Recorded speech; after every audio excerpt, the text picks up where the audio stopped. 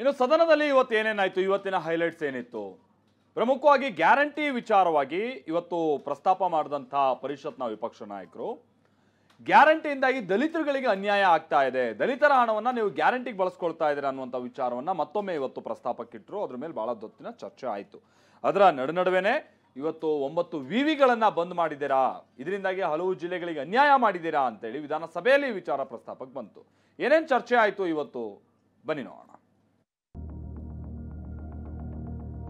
ದಲಿತರಿಗೆ ಈ ಸರ್ಕಾರದಿಂದ ಆಗಿರ್ತಕ್ಕಂಥ ಅನ್ಯಾಯದಷ್ಟು ಬೇರೆ ಯಾವ ಸರ್ಕಾರವೂ ಮಾಡಿ. ಇದು ಬಿಜೆಪಿ ಸರ್ಕಾರ ಇದ್ದಾಗೂ ಮಾಡಿದ್ದಾರೆ. ಇದೇನು 42,000 ಕೋಟಿ ಇಲ್ಲ. ನಮಗೆ ಕೇವಲ ನಿಮಗೆ ನಾಚಿಕೆ ಆಗಬೇಕು. ಮಹಾರಾಷ್ಟ್ರದಲ್ಲಿ 7,000 ಕೋಟಿ ರೂಪಾಯಿ ದುಡ್ಡಿದ್ದೀರಾ, ರೈತರ ನಾಚಿಕೆ ಬರಬೇಕು. ಈ SCP TSP ಹಣವನ್ನ ನೀವು ಗ್ಯಾರಂಟಿಗಳಿಗೆ ಕೊಡೋದನ್ನ ನೀವು ನಿಲ್ಲಿಸಬೇಕು. ನಮ್ಮ ಜನರಿಗೆ ಅದು ವಾಪಸ್ ಕೊಡಬೇಕು. ಆತಂಕ ನಿರ್ಮಾಣ ಮಾಡಿದ್ದೀರಾ. ಈ ಆತಂಕ ಜಾಸ್ತಿ ಮಾಡಿ ಊರಿಗೆ ಆತಂಕ ಮಾಡಬೇಡಿ. ಈಗ ಹೇಳ್ತಾರ ಮಾಡಿದ್ದು ಬೀಗ ಹಾಕಲ್ಲ ಅಂದಂಗ ಆಯ್ತಿದ್ದು ಅಷ್ಟೇ. ಸದನದಲ್ಲಿ ಇವತ್ತು ದೊಡ್ಡ ಹಂಗಾಮವೇ ನಡೆಯಿತು. ಆಡಳಿತ ವಿಪಕ್ಷ ನಾಯಕರ ಮಧ್ಯೆ ಮಾತಿನ ಜಟಾಪಟಿ ತಾರಕಕ್ಕೇರಿತು. ಗ್ಯಾರಂಟಿ ಯೋಜನೆಗೆ SC/ST ಹಣ ಬಳಕೆ ಆರೋಪ ಸದ್ದು ಮಾಡಿತು. ಕಾಂಗ್ರೆಸ್ ನಾಯಕರ ವಿರುದ್ಧ ಛಲವಾದಿ ಮುಗಿಬಿದ್ರು. ಇದಕ್ಕೆ ಉತ್ತರಿಸಿದ ಸಚಿವ HC ಮಹದೇವಪ್ಪ, ಬಿಜೆಪಿ JDS ಅಧಿಕಾರದಲ್ಲಿದ್ದಾಗಲೂ ಹಣ ಬಳಸಿದ್ದಾರೆ ಅಂದ್ರು. ಆ ಜನಸಂಖ್ಯೆಗೆ ಅನುಗುಣವಾಗಿ SCP TSP ಹಣವನ್ನು ಅಲ್ಲಿಯ SC/ST ಫಲಾನುಭವಿಗಳಿಗೆ ಮಾತ್ರ ಬಳಸೋದಕ್ಕೆ ಆ ಕಾಯ್ದೆನಲ್ಲೇ 7C ಪ್ರಾವಿಷನ್ನ ಮಾಡಿದ್ದಾರೆ. ಇದು ಬಿಜೆಪಿ ಸರ್ಕಾರ ಇದ್ದಾಗೂ ಮಾಡಿದ್ದಾರೆ, JDS ಕಾಂಗ್ರೆಸ್ ಇದ್ದಾಗೂ ಮಾಡಿದ್ದಾರೆ, ಕಾಂಗ್ರೆಸ್ ಇದ್ದಾಗೂ ಮಾಡಿದ್ದಾರೆ, ಕಾಂಗ್ರೆಸ್ JDS ಇದ್ದಾಗೂ ಮಾಡಿದ್ದಾರೆ, ಈಗಲೂ ಮಾಡಿದ್ದಾರೆ, ಮುಂದೇನೂ ಮಾಡ್ತಾರೆ. ಸೊ ಕಾಯ್ದೆ ಪ್ರಾವಿಷನ್ ಇರೋದ್ರಿಂದ ಸರ್ಕಾರದಿಂದ ದಲಿತರಿಗೆ ಅನ್ಯಾಯ ಎಂದ ಛಲವಾದಿ, ದಲಿತರಿಗೆ ಅನ್ಯಾಯ ಮಾಡಿರುವಷ್ಟು ಯಾವ ಸರ್ಕಾರ ಮಾಡಿಲ್ಲ ಅಂತ ಛಲವಾದಿ ನಾರಾಯಣಸ್ವಾಮಿ ಕೆಂಡ ಕಾರಿದ್ರು.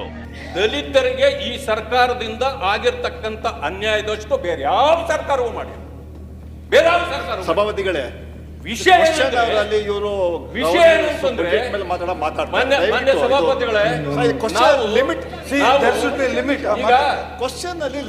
ಈಗ ನಮಗೆ ಅನ್ಯಾಯ ಮಾಡ್ಲಿಕ್ಕೆ, ನಮಗೆ ಮೋಸ ಮಾಡ್ಲಿಕ್ಕೆ ನಮ್ಮ ವ್ಯಕ್ತಿಯನ್ನೇ ಇಟ್ಟು ಮೋಸ ಮಾಡ್ತಾರೆ. ಅದರಿಂದಾಗಿ ನಮ್ಮ ಜನಾಂಗಗಳಲ್ಲಿ ಸಿಕ್ಕಾಗಿರ್ತಕ್ಕಂಥದ್ದು ಕೇವಲ 47,000 ಎಲ್ಲಿದೆ? 42,000 ಕೋಟಿ ಇಲ್ಲ. SC/ST ಹಣದಲ್ಲೇ ಇಲಾಖೆಗಳಿಗೆ 50% ಹೋಗುತ್ತೆ, ಇನ್ನೆಲ್ಲಿ ದಲಿತರಿಗೆ ಹಣ ಸಿಗೋದು ಅಂತ ಛಲವಾದಿ ಆಕ್ರೋಶಗೊಂಡ್ರು. 42,000 ಕೋಟಿ ರೂಪಾಯಿ SCP STP ಹಣ. ಆದ್ರೆ ಅದರಲ್ಲಿ ಇಲಾಖೆಗಳಿಗೆ 50% ಹೋಗ್ಬಿಡ್ತದೆ. ಎಷ್ಟಾಯ್ತು?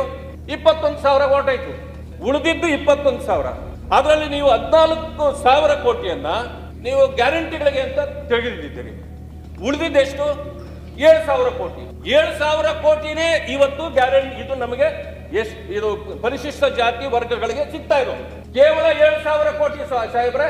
ಮತ್ತೆ ನೀವು 42,000 ಕೋಟಿ ಅಂತಿರಲ್ಲ, ಎಲ್ಲೋಯ್ತು? ಇದು ನಮಗೆ ನೇರವಾಗಿ ಬರುವಂತದ್ದಲ್ಲ. ಛಲವಾದಿ ಮಾತಿಗೆ ಆಡಳಿತ ಪಕ್ಷದ ನಾಯಕರಿಂದ ತೀವ್ರ ವಿರೋಧ ವ್ಯಕ್ತವಾಯಿತು. ನಿಮಗೆ ನಾಚಿಕೆ ಆಗಲ್ವಾ ಅಂತ ಸಚಿವ ಪ್ರಿಯಾಂಕ್ ಖರ್ಗೆ ಹರಿಹಾಯ್ದ್ರು.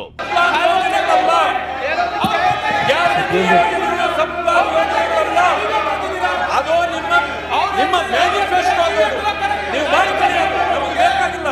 ನಮ್ಮ ಹಣ ದಲಿತರ ಹಣ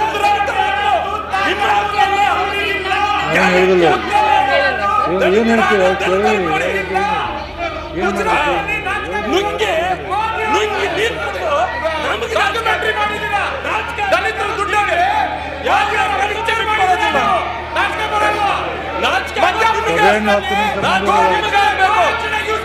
ನಿಮಗೆ ನಾಚಿಕೆ ಆಗಬೇಕು. ಮಹಾರಾಷ್ಟ್ರದಲ್ಲಿ 7,000 ಕೋಟಿ ರೂಪಾಯಿ ದುಡ್ಡಿದ್ದೀರಾ, ರೈತರ ನಾಚಿಕೆ ಬರಬೇಕು. ವಿಧಾನಸಭೆಯಲ್ಲಿ 9 ವಿವಿ ಬಂದ್ ಮಾಡೋ ವಿಚಾರವೂ ಸದ್ದು.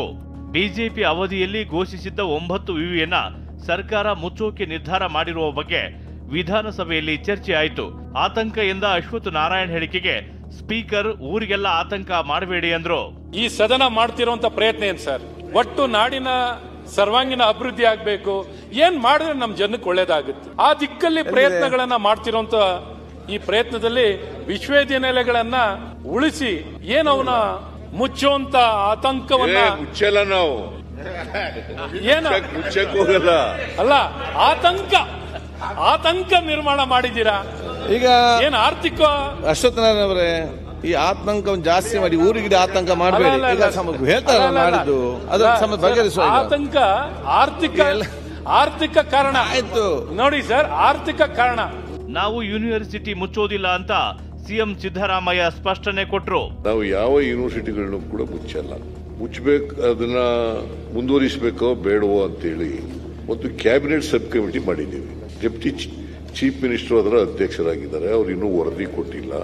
ವರದಿ ಕೊಡಕ್ಕೂ ಮುಂಚಿತವಾಗಿ ಅವ್ರಿಗೆ ಆತಂಕ ಶುರುವಾಗಿದೆ. Bureau report, TV9.